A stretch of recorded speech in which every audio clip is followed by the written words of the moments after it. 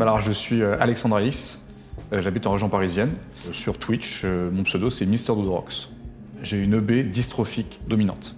L'idée de faire un stream caritatif, ça a toujours été dans ma tête au final, depuis que j'ai commencé à streamer il y a 3 ans à peu près. En janvier-février 2022, ça a commencé à se préciser, j'ai dit ok, je veux le faire. Donc ça avait 2 enjeux pour moi. Déjà il fallait que j'annonce à ma communauté que j'avais cette maladie, parce qu'ils n'étaient pas du tout au courant. Comme quand on stream, on voit que, comme là en fait, vous voyez, on voit pas mes mains, on voit pas mes plaies.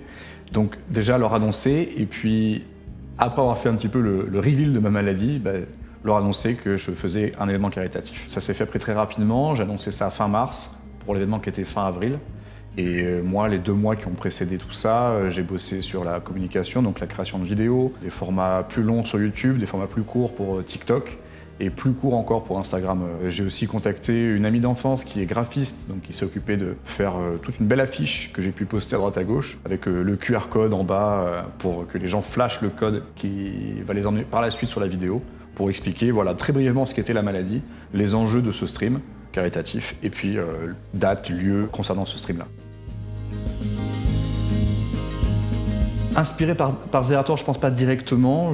Alors effectivement, il a beaucoup démocratisé le streaming caritatif, ça c'est indéniable, et depuis tous les Z-Events de ces 4 dernières années, ça s'est beaucoup démocratisé le streaming caritatif sur Internet. Et je me suis dit en fait, pourquoi pas moi? Pourquoi pas moi, j'organiserais pas quelque chose de mon propre chef, tout seul, sur une cause extrêmement noble d'une part, parce que c'est forcément aider les personnes qui sont en difficulté concernant cette maladie-là, et une cause qui me touche puisque je suis atteint de cette maladie, que ma mère l'est, que mes frères et sœurs sont atteints de cette maladie, et que j'ai connu des gens qui malheureusement nous ont quittés à cause de cette maladie avec des formes plus graves. Indirectement, je pense oui que ça a dû m'inspirer, ça c'est indéniable. J'ai toujours voulu utiliser un petit peu le peu de notoriété que je pouvais avoir et motiver un petit peu la communauté sur des choses que je trouve vraiment très très nobles.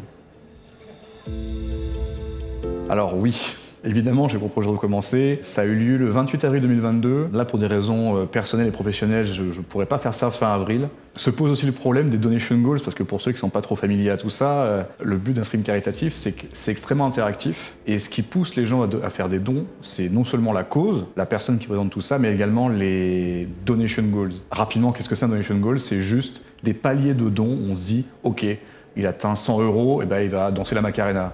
Il atteint 300 €, il se tatoue les fesses. C'est fait, je me suis vraiment tatoué les fesses en plus. Et j'ai fait beaucoup de donation goals. Fin 2022, j'ai même participé au Téléthon, donc j'ai dû trouver d'autres donation goals. Et là, j'avoue que je suis un peu à sec au niveau d'idées. Donc j'ai beaucoup déjà ça à préparer. Et oui, je vais faire un autre événement caritatif en 2023. Et j'ai envie qu'il soit encore plus gros que ce que j'ai fait en 2022. Donc j'ai pas encore de date précise, j'ai plein d'idées en tête. Mais vous inquiétez pas, quand ce sera à peu près cerné, vous serez au courant.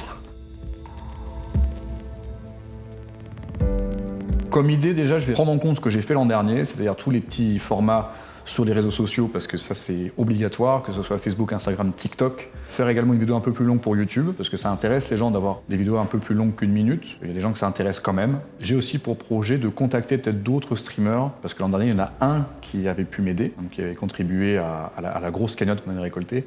Donc j'aimerais bien contacter une petite dizaine de streamers, voir s'ils sont partants pour me suivre. De ce fait, engager plus de gens à venir déjà, rien que entendre parler de la maladie et possiblement récolter encore plus d'argent, bien évidemment.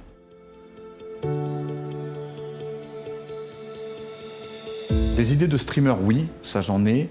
Par contre, tout ce qui est partenariat avec des structures ou des marques, c'est un monde que je connais pas trop encore. Il y a déjà des gens qui sont venus me voir pour faire ce qu'on appelle des OP, c'est-à-dire on va jouer à un jeu de façon promotionnelle, tester ça en stream, etc. Mais je sais pas trop comment je pourrais m'y prendre. C'est pratique de se dire on a une marque qui peut vous faire gagner des choses aux donateurs, ça peut encourager aux dons, et c'est ça qu'on recherche finalement, encourager les personnes à donner. On dépasse le simple fait de donner pour quelque chose qui est caritatif, c'est très bien, mais c'est vrai que maintenant tout est interactif, et quand tout peut devenir un jeu, et quand tout le monde peut être gagnant d'un moyen ou d'un autre, je pense que ça peut intéresser les personnes. Donc j'ai fait une grande réponse, tout ça pour dire que j'y pense, et je ne sais pas comment m'y prendre, mais je vais y réfléchir, ne vous inquiétez pas.